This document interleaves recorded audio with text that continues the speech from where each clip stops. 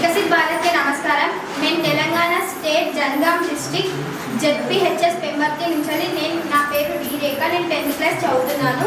My name is Vishesh. I am studying in 8th class. నా పేరు అఖిల్. నేను 9వ తరగతి చదువుతున్నాను. సో నా ప్రాజెక్ట్ అండ్ ఐడియా వచ్చేసి మూవబుల్ వాష్ బేసిన్.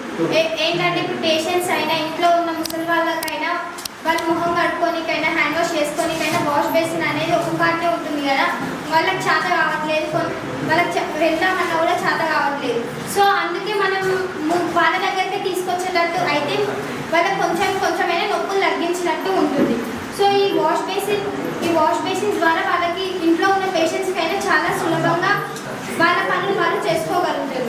సో నేను ఏ మెటీరియల్స్ రిక్వైర్ చేసిందంటే, ఒకటి పైన వాటర్ ట్యాంక్, పైప్ మూవబుల్గా ఉండడానికి వీల్చైర్ లాంటిది, ఒకటి వాష్ బేసిన్, ఇంకొకటి పైప్, ఇంకొకటి కింద బౌల్ లాంటిది. దాని బౌల్ కార్డ్బోర్డ్ పెట్టాలి.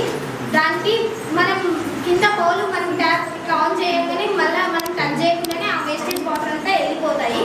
సో ఈ ప్రాజెక్ట్ అనేది పేషెంట్స్కి